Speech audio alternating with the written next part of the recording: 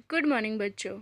आज हम वसंत भाग 3 की हिंदी पाठ्य पुस्तक कविता 4 दीवानों की हस्ती पढ़ेंगे।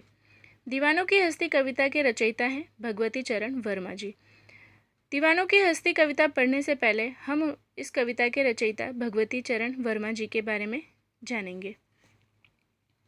श्री भगवती चरण वर्मा का जन्म सन 1903 में उत्तर प्रदेश के उन्नाव जिले में शफीपुर में हुआ था।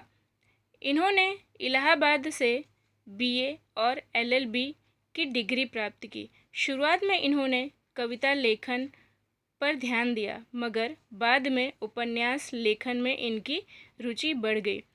भगवती चरण वर्मा का जन्म कब हुआ था? सन 1903 उत्तर प्रदेश के उन्नाव जिले के शफीपुर गांव में हुआ था। ठीक है। और इन्होंने बीए और एलएलबी की डिग्री ली। पहले इनको कविता लिखने का शौक़ था, लेकिन फिर बाद में इन्होंने उपन्यास लेखन में भी ध्यान दिया और उसकी तरफ इंटरेस्ट दिखाया।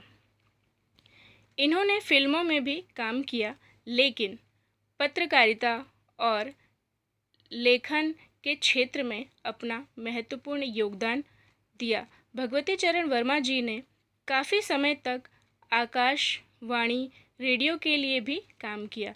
बाद में इन्हें राज्यसभा सदस्य की उपाधि भी दी गई।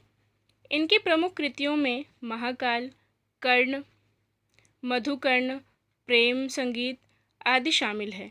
हिंदी साहित्य के क्षेत्र में अपने अद्भुत योगदान हेतु इन्हें सन 1961 में साहित्य अकादमी पुरस्कार दिया गया। श्री भगवती चरण वर्मा जी ने 5 अक्टूबर 1981 को दिल्ली में अपनी देह त्याग दी। मतलब कि भगवती चरण वर्मा जी की डेथ कब हुई थी?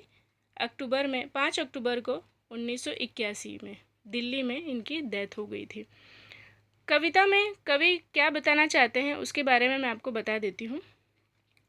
दीवानों की हस्ती कविता में कवि भगवती प्रसाद वर्मा जी ने एक मस्त मौला और बेफिक्र व्यक्ति का स्वभाव दर्शाया है। कवि के अनुसार ऐसे दीवाने और बेफिक्र व्यक्ति जहाँ भी जाते हैं वहाँ केवल खुशियाँ ही फैलाते हैं। उनका हर रूप मन को प्रसन्न कर देता है, फिर चाहे किसी की आंखों में आंसू ही क्यों ना हो। मतलब कि दीवानों की हस्ती कविता में एक ऐसे इंसान यानी व्यक्ति के बारे में बताया गया जो एकदम मस्त मौला होता है, जिसको किसी चीज़ की फिक्र नहीं होती। ठीक है, ऐसे स्वभाव के बारे में बताया गया है।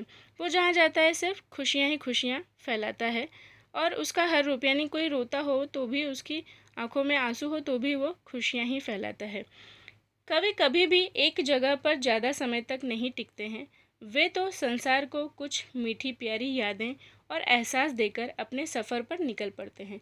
यानी कि जो कविता में कवि ने जिस व्यक्ति को बताया है, वो एक ही जगह पर बहुत ज़्यादा टाइम तक नहीं रुकता। वो हर जगह जाता रहता है और जहाँ भी जाता है वहाँ पर खुशियाँ ही फैलाता जाता है।